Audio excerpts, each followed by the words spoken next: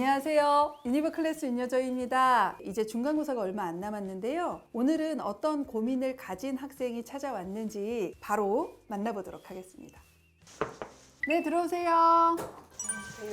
안녕하세요. 안녕하세요. 네, 안녕하세요. 시지고등학교 3학년 정효원입니다. 안녕하세요. 정효원 엄마 한주연입니다. 보니까 고3이에요. 해결하고 싶다라고 생각하는 고민 같은 거 어머니 혹시 있으실까요? 원래 내신 등급이 3등급대로 별로 좋지가 않았는데 2학년 2학기 때 5등급까지 롤러코스터를 탔어요. 그래서 논술을 준비를 하겠다 해서 준비를 하고 있는데 그러면 정시도 안 할 수가 없잖아요. 그래서 정시 논술을 주전형으로 자기는 하겠다. 근데 저는 그래도 3학년 1학기까지 내신을 좀 가져가야 되지 않을까 하는 고민이 좀 같이 가는 거죠. 일지망은 지금 경북대를 생각하고 있는데 지금 등급을 보면은 경북대가 제 내신으로 지금 안 되거든요.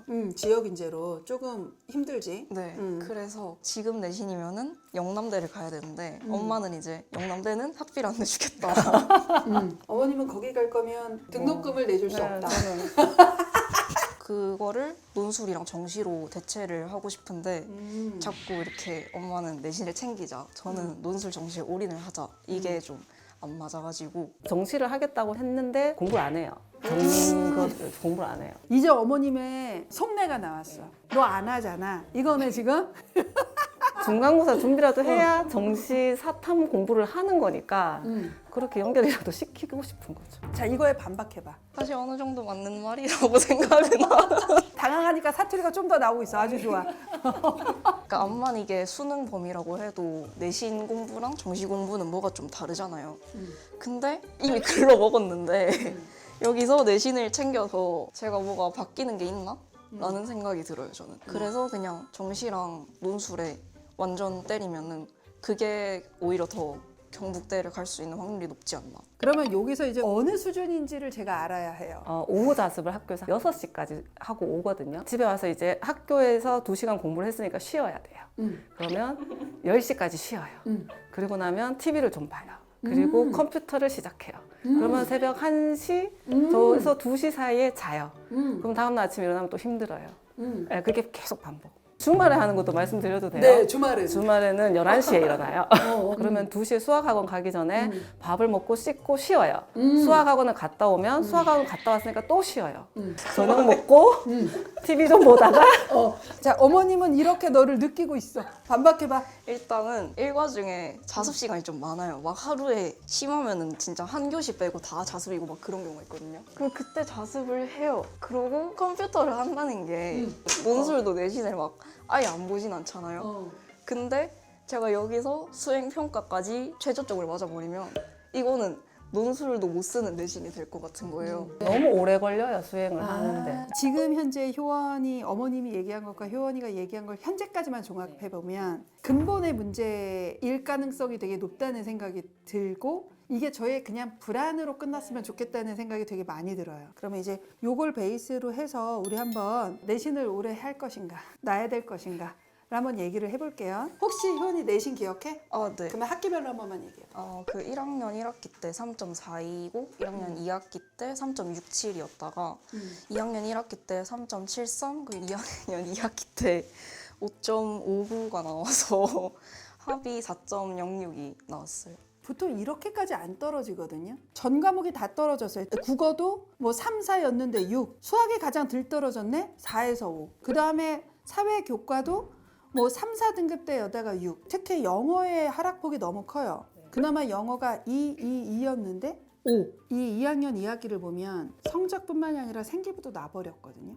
이 친구가 1학년 때부터 영어에 대한 관심은 아예 1학년 1학기 때부터 자율동아리 진로나 한 과목에서 도드라지게 나왔고, 등급은 2등급이지만 원점수는 꽤 계속 높은 채로 2등급을 영어를 유지했단 말이에요. 그래서 경북대 지역인재 교과가 약간 안 되더라도 종합이랑 같이 섞어 쓸 수 있는 구조로 2학년 2학기 때 조금 더 1학기 때만큼만 유지돼도 좋았을 건데, 갑자기 이제 2학년 2학기 때 영어가 5가 떠버리니까 아깝다. 그러니까 국수 형사가 전반적으로 다 떨어지는 건 집안에 엄청난 일이 있거나 어머니? 아무 일도 아니면 얘가 뭔가 학업을 할 수 없을 만큼의 뭔가에 네, 문제가 네. 생기거나 그러지 않은 경우는 이렇게 떨어지는 경우는 흔하진 않거든요. 너 엄마한테 얘기하지 않은 이유가 있지. 아니. 이제서 털어놔봐.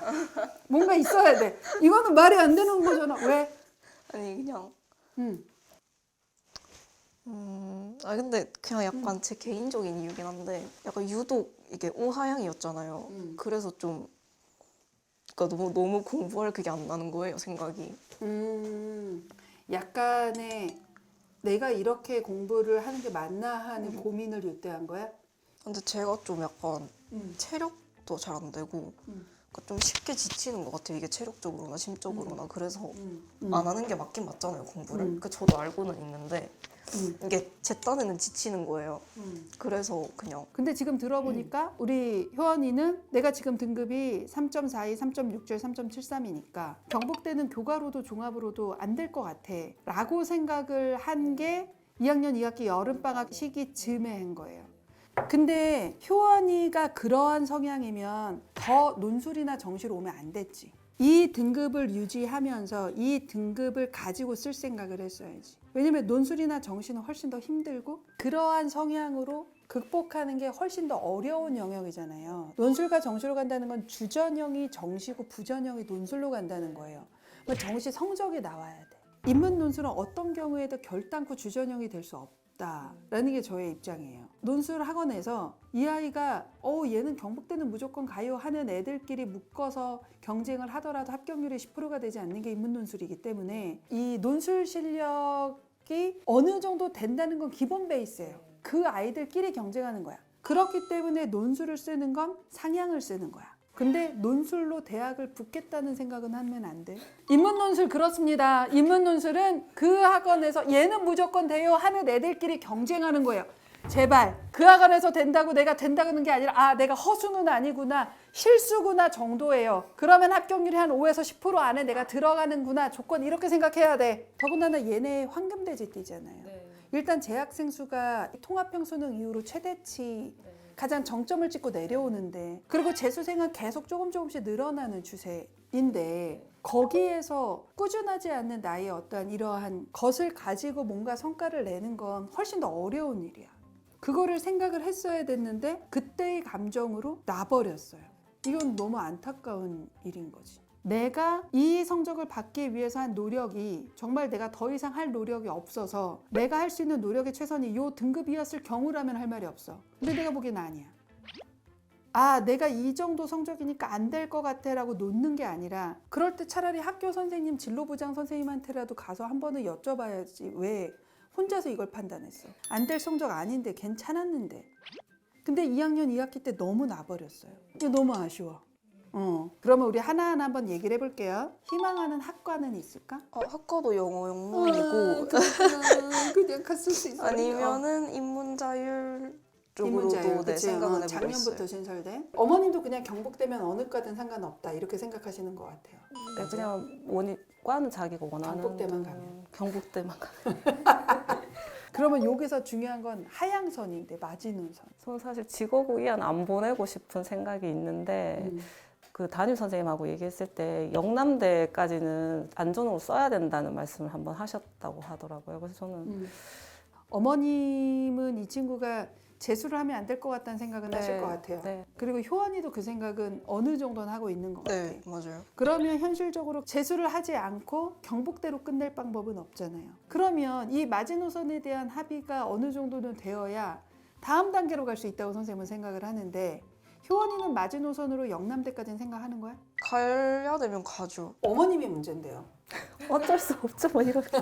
전 재수보다는 그래도 네, 재수는 안 돼요. 그러면 일단은 현재로서 효원이는 논술 6장을 쓸 생각인 거야? 아니요, 6장은 조금 무리일 것 같고 그래도 3장 정도는 제가 써볼 수 있을 것 같아서 그러면 3장은 어디를 쓸 생각이야? 일단 경북대 아까 말씀드린 영문이나 인문자율 근데 나머지는 사실 잘 모르겠어요. 그냥 일단 막연하게 써보고 싶다 하는 거는 한국외대. 그러면 우리 요번에 3모 봤어요. 아직 성적표가 나온 시기는 아니고 그러면 원점수로만 얘기하면 어떻게 나왔을까? 일단 엄매가 75점 나왔고 그리고 확통이 39점 영어는 94로 1 떴고요.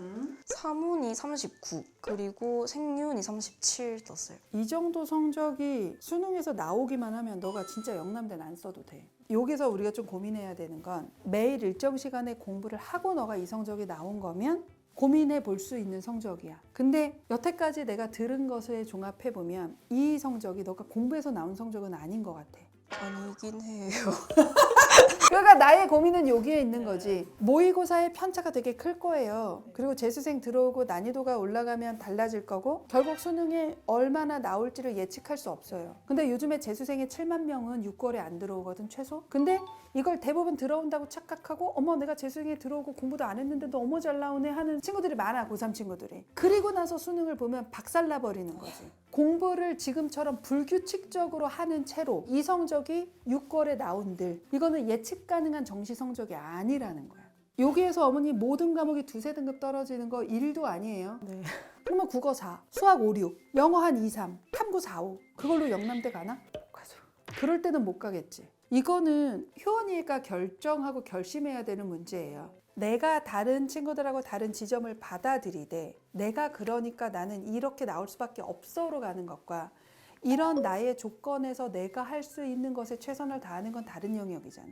그거를 고민을 해 봐야 되는 거예요, 효원아.